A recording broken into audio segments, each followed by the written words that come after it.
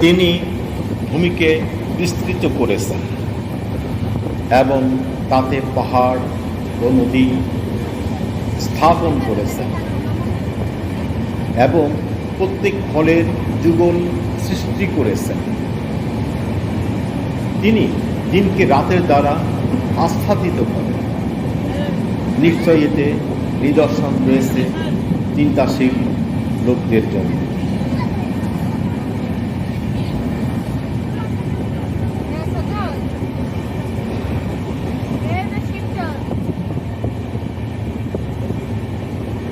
কোরআন ও হাদিসের বাণী শুনতে চাইলে চ্যানেলটি সাবস্ক্রাইব, পেজে থাকলে প্লিজ ফলো করুন।